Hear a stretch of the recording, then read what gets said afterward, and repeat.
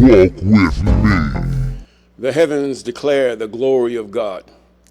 The firmament showeth his handiwork. Day unto day uttereth speech, and night unto night showeth knowledge. There is no speech nor language where their voice is not heard. Their line is gone through all the earth, and their words to the end of the world. In them hath he set a tabernacle for the sun, which is as a bridegroom coming out of his chamber, and rejoices as a strong man to run a race. His going forth is from the end of heaven, and his circuits unto the end of it, and there is nothing hid from the heat thereof. The law of the I Am is perfect, converting the soul.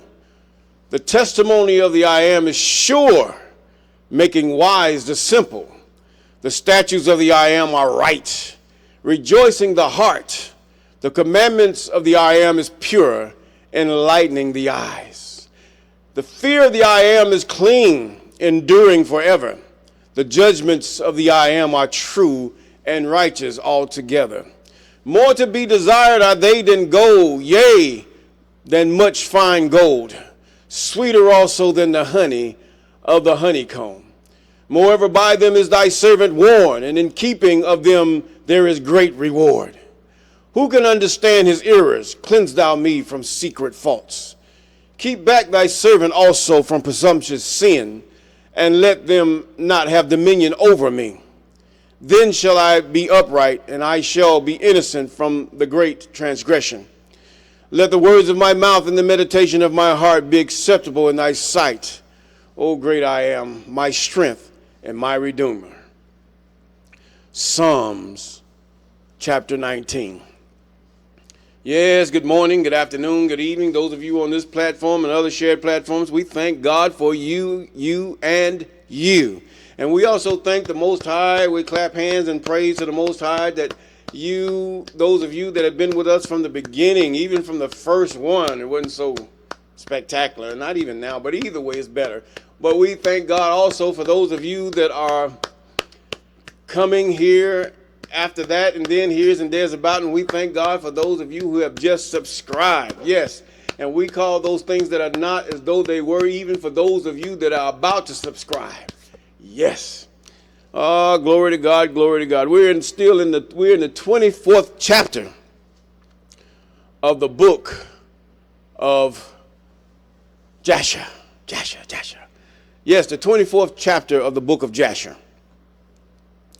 Yes, a most interesting book. I mean, it gives us so much detail about Abraham, whatever you would put on the end of his name, Abram. Now, of the purchase. Now you say Abraham. I am. Abraham. Something else. You spell his name backwards, it would be Mahabra. Forward is Abraham. Or if you can say Abram,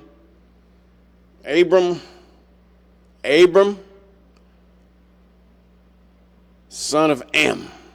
Abraham, Am. Abrayah, I am. Let's think about that. Now, and Abraham, we were in verse 9 of the 24th chapter of the book of Jasher. Yes, and we ended where he had to bury Sarah, a sad event that happened to Sarah at this time, mentioned in this narrative. And Abraham, he just wanted a decent place to bury his beloved. Yes. In verse 9 it reads, and Abraham took the book of the purchase and placed it in his treasures. And these are the words that Abraham wrote in the book, namely, that the cave and the field Abraham bought from Ephron the Hittite, and from his seed, and from those that go out of his city, and from their seed forever, are to be purchased to Abraham, and to his seed, and those that go forth from his loins, for a possession of a burial place forever. And he put a signet to it and testified it with witness. Now, your signet was an image or whatever, or a symbol that you stamped onto something. That's about it. And the field and the cave that was in it, and all that place were made sure unto Abraham and unto his seed after him. Now, even in the land of this colonized land we call the U.S., it's still colonized. Regardless, I don't care what you say, how you do, you're getting mad up, you can take this video and throw it in the trash, I don't care. It's still colonized because the land does not naturally belong to those who occupy it. And many lands are trying to get, even Australia, it's still colonized. It's colonized. Regardless of how you do it, the truth be truth. I don't care how you feel or how big you are, how much money you got or what you own. It doesn't matter. Colonization. You say our country, our this. No, if you have gotten that country by ill means and not natural to that country or original to that country, then that land or that country is colonized by you. Yes, it is. You have no country. Unless you go back to, you understand where your history was and you go back to that country of your nativity, even your ancestry. Now, but he bought that piece of land and they said he could have it forever. In other words, that means any descendant of Abraham from henceforth and now forever can be buried there. Now, and the field and the cave that was in it and all that place were made sure unto Abraham and unto his seed after him. Case in point. From the children of Heth, behold, it is before Mamre in Hebron. Before Mamre in Hebron. We know there's a Mamre in South Africa, but we have to realize, even I heard some woman on YouTube, she began to, not YouTube, but TikTok, she was talking about how that the gopher wood was in the state of Florida, the only place you can find gopher wood. Gopher wood is a transliteration, my friend. You can look it up if you want to. On the internet. It's just simple and plain. It's just like the word Jesus. That's a transliteration. Literation, yes. It's something they had to make up instead. That's what it was. A transliteration. To put it in plain English, in plain language, everyday language, or slang, or whatever we're going to call it. Transliteration. Look up the word transliteration, and then you find a lot of things in the Bible are transliterated because they cannot pronounce the words. Now, there's nothing wrong. It has, even on the internet, it even has the Hebrew writing right there. And if you take off the punctuations, the dots, you'll get the plain Hebrew language, because what happens is that the Hebrew language, or that language, does not have any vowels. Now, those vowels were added by the colonizers of Israel.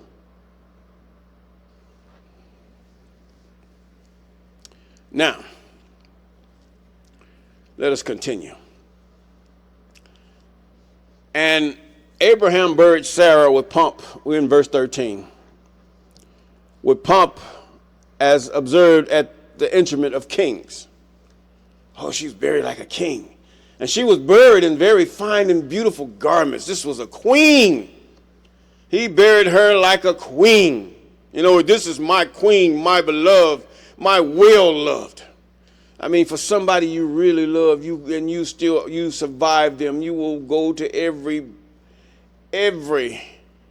stitch, every detail of their burial just for your remembrance. They don't remember anything, but the fact for your remembrance, you bury them and you cause them to be buried, and you just can remember. They didn't have cameras back then, but just the remembrance of how I buried her or how you buried him. Fine and beautiful garments. This is where the tradition comes from. And at her bier was Shem, her burial. Was Shem, his sons Eber and Abimelech. Abimelech was the son of Shem. Isn't that something? together with Enar, Ashkol, and Mamre. These are people. And all the Gandhis of the land followed her burial, or bier, as they put it. You got to remember the words in many books are designed after English. In other words, if they come on TV and they speak in English according to the Bible, you would think that everybody looked like them in the Bible or in the holy books. Yes. You say, do you believe the whole Bible? No. The Bible is made up of many books. What they call the Bible is made up of many books. You can believe the book of Exodus, Deuteronomy, Leviticus, but not believe the book of Matthew. Does that say you believe the whole Bible? No, I believe the book of Leviticus, Deuteronomy, Numbers, and all. I believe these books, but I don't believe that book. I might not believe the book of Psalm, but I believe the book of Genesis. Let's come on here. You've been brainwashed. You've been maligned. You've been put out. I put it that way. And some say, oh, we're going to have line upon line, precept upon precept. He's talking about the laws, the commandments. That's what he's talking about. He's not talking about going back to Matthew and then all the way to Genesis trying to prove a point. You go in the laws, line upon line, precept upon precept, here a little and there a little. That way you might see what God has said in his commandments, statutes, ordinances, and laws. Come on here. Now, see, we have to treat these books separately and look at the cohesion of the books together.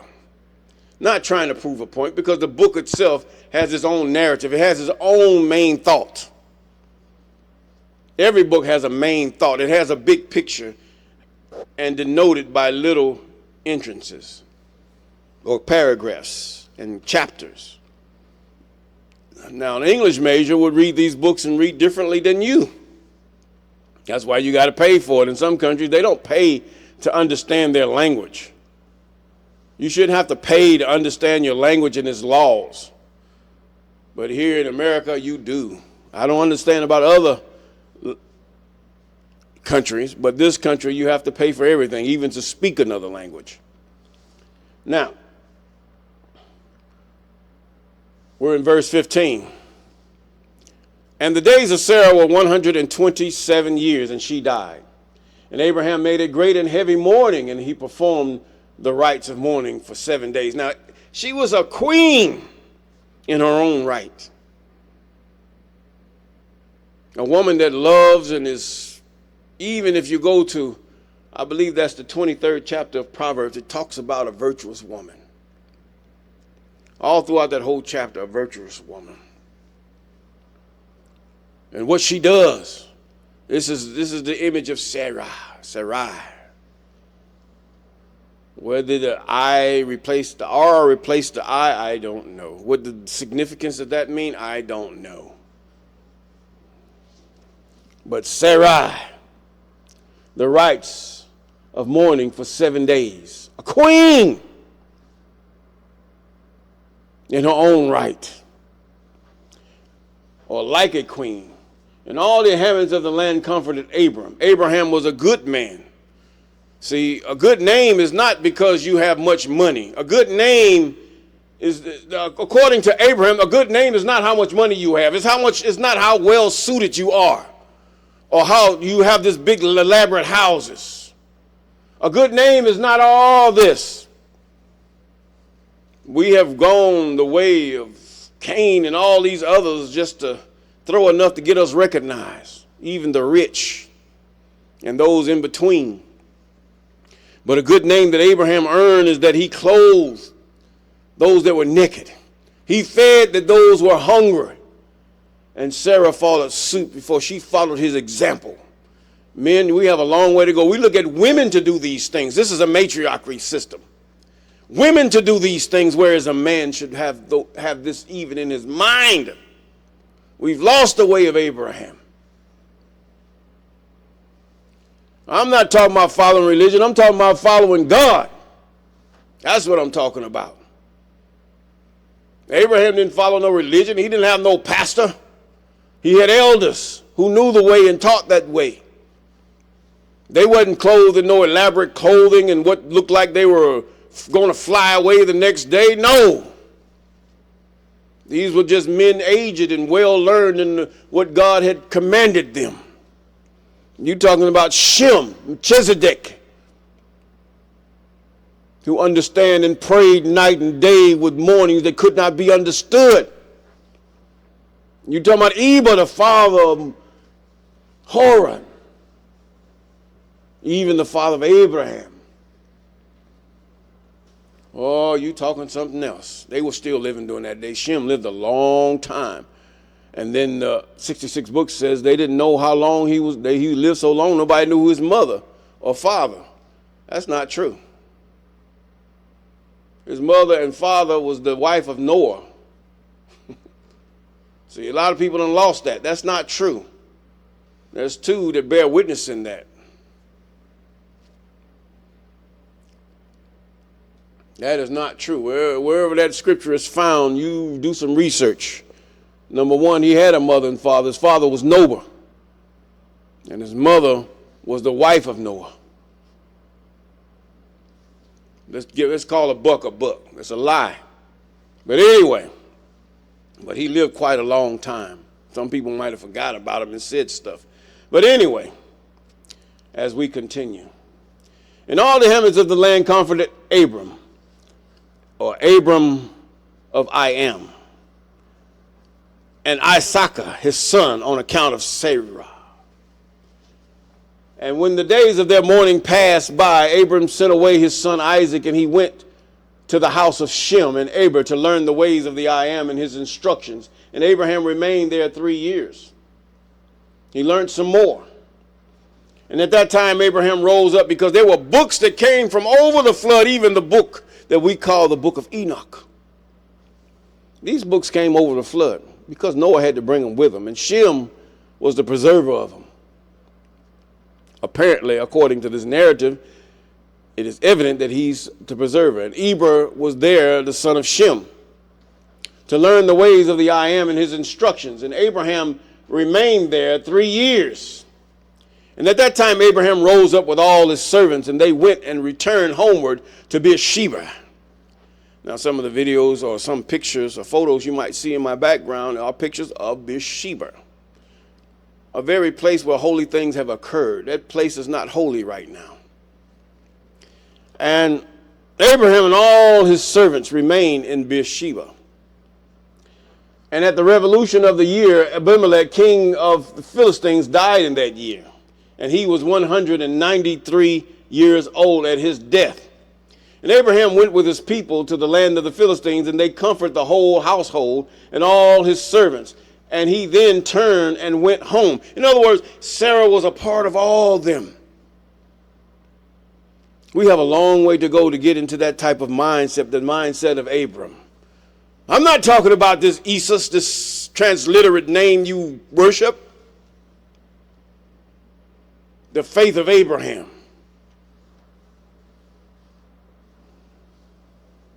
They've taken from these things and they've made their own doctrines and then made this man to stand up as though he is God. If that's the case, then a pagan can consider Abraham as God, but he's not. He didn't never proclaim that.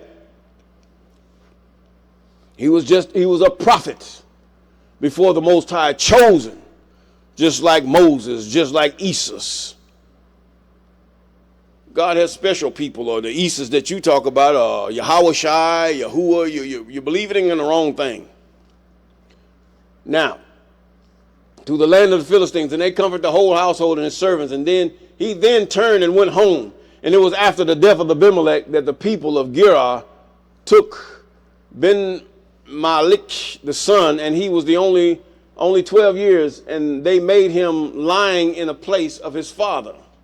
In other words, this 12-year-old boy, Ben Malik, son of Malik, he lied in the place of his father Abimelech. Now they spell this with an I, but either way. And they called his name Abimelech, after the name of his father. This is what they called him. In other words, it was easier for them. After the name of his father, for thus it was their custom to do in Gerar. Okay, I understand. Now Abimelech reigned instead of Abimelech his father, and he sat upon his throne. And Lot the son of Haran also died in those days, in the 39th year of the life of Asaka. And all the days that Lot lived were 140 years, and he died.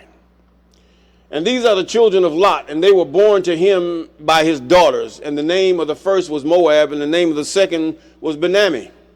And the two sons of Lot went and took themselves wives in the land from the land of Canaan, and they bare children to them. And the children of Moab were Edmea and Tarsus. These are children of Moab. And Canville, 4 sons. These are the fathers to the children of Moab unto this day. And these are the lands in which many dwell. Saul of Tarsus. Was Saul a child of Moab? Let's go. Or Paul. Come on here. Fathers to the children of Moab unto this day, and all the families of the children of Lot went to dwell wherever they should light upon, for they were fruitful and increased abundantly. And they went and built themselves cities in the land, and where they dwelt, and they called the names of the cities which they built after their own names. See, what I tell you and what I read is not popular with people, because we can read different books that are authorized by those who are not authorized. I mean, it's good that they wrote those down, because that's the way the Most High had designed it, that we might be brought back to remembrance of who he is. But then we're going to have to search, because he did lie some inconsistency. He allowed some inconsistency into what he has said in the history of the people of Jacob. Yes, he did. Turn you backwards, to make you confused, to see how you want this thing so bad. This is why I read chapter per chapter. This is why I read sentence per sentence. This is why I read it. You ain't got nothing to argue with me on. If you're going to argue with me, you're going to argue with that book, or you're going to argue with God, or whoever you're going to argue with. It's not me. I'm just being the messengers. But I don't care. You can argue with me. I ain't going to argue with you back, because the fact is you're wrong. This is what the book says. Regardless of whether it's right or wrong, is what the book says. Now, we can go, this book will call that book a lie. And what it says. Now, and Nahor, the son of Terah, brother to Abraham, died in those days, in the 40th year of the life of Isaac. And all the days of Nahor were 172 years, and he died and was buried in Haran. And when Abraham heard that his brother was dead, he grieved sadly. And he mourned over his brother many days. And Abraham called Eliezer, his head servant, to give him orders concerning his house. And he came and stood before him. And Abraham said to him, Behold, I am old. I do not know the day of my death, for I am advanced in days. Now therefore rise up, go forth, and do not take a wife for my son from this place. Now this guy was real trusted. He was the one that went so far to where God had showed Abraham the place to sacrifice his son. But it was just a test. Now, he said, and from the daughters of the Canaanite were amongst whom they dwell. But go to my land, to my birthplace, and take from thence a wife for my son. And I am God of heaven and earth, who took me from my father's house and brought me to this place, and said unto me, To thy seed will I give this land for an inheritance forever. And he will send his angel before thee. In other words, if you read in the book of Tobit, there's going to find there's an angel that went before his son when he went out to find a cure for, or collect the money for his father's, from his father's friends. Now, let's continue. He said, he took me from my father's house. He said unto me, to thy seed, I will give this land. Now he will send his angel before thee. Now, you got to realize Abraham was a prophet. He knew that thou mayest obtain a wife for my son and from my family and for my father's house. And the servant answered his master Abraham and said, Behold, I go to thy birthplace and to thy father's house, and take a wife for thy son from there. But if the woman be not willing to follow me to this land, shall I take thy son back to the land of thy birthplace? And Abraham said unto him, Take heed that thou bring not my son hither. Now he's 67. He's at least 30 years older than Rebekah, according to how the narrative says the day she was born. And he says, I have walked, and he will send his angels before thee and prosper thy way. And Eliezer did as Abraham ordered him. Very faithful man in Abram's house. And Eliezer swore. It was just like having a faithful compadre. You as a king, having a faithful compadre, or someone that serves you, or someone that just does, just is happy to do what you tell him to do. And swore unto Abraham his master upon this matter. It's not no slavery here. Abraham did not treat him. Eliezer was free. Eliezer rose up and took 10 camels of the camel of his master, and 10 men from his master's servant with him. And they rose up and went to Haran, the city of Abram and Nahor, in order to fetch a wife for Isaac, son of Abraham. And while as they were gone, Abraham sent to the house of Shem and Eber, and they brought from thence his son Isaac. And Isaac came home to his father's house to Beersheba. This wasn't a young man. This was a man still under 40 years old. Okay? While as Eliezer and his men came to Haran, they stopped in the city by the watering place, and he made his camels to kneel down by the water. And they remained there, and Eliezer, Abraham's servant, prayed and said, O God of Abraham, my master. He wasn't praying to Abraham, okay? He said, O God of Abraham, my master. Think, O God of Abraham, O God of your mother, my master, or my mother. O God of whatever your mother's name or father's name or sister's name or brother's name or relative's name, you're my uncle. O God of my uncle, my uncle. We'll put it that way. Send me, I pray thee, speed this day. We're in verse 36. And show kindness unto my master, that thou shalt appoint. Did he really say master? You got many transliterations in this Bible. You have to look up the Greek and Hebrew in these words. I mean, if you really want to understand these things, it's best to look it up. And then you take off the dots, and then you go and look it up again. Come on here. And thou shalt appoint this day a wife for my master's son from his family. And the I am hearkened unto the voice of Eliezer for the sake of his servant Abram. And he happened to meet with the daughter of Bethuel. Okay, we read about him earlier. The son of Milcah, the wife of Nahor, brother of Abraham. And Eliezer came to her house. And Eliezer related to them all his concerns, that he was Abraham's servant, and they greatly rejoiced at him. And they all blessed the I am who brought this thing about. And they gave him Rebekah, the daughter of Bethuel, for a wife for Isaac. And with that, we're going to say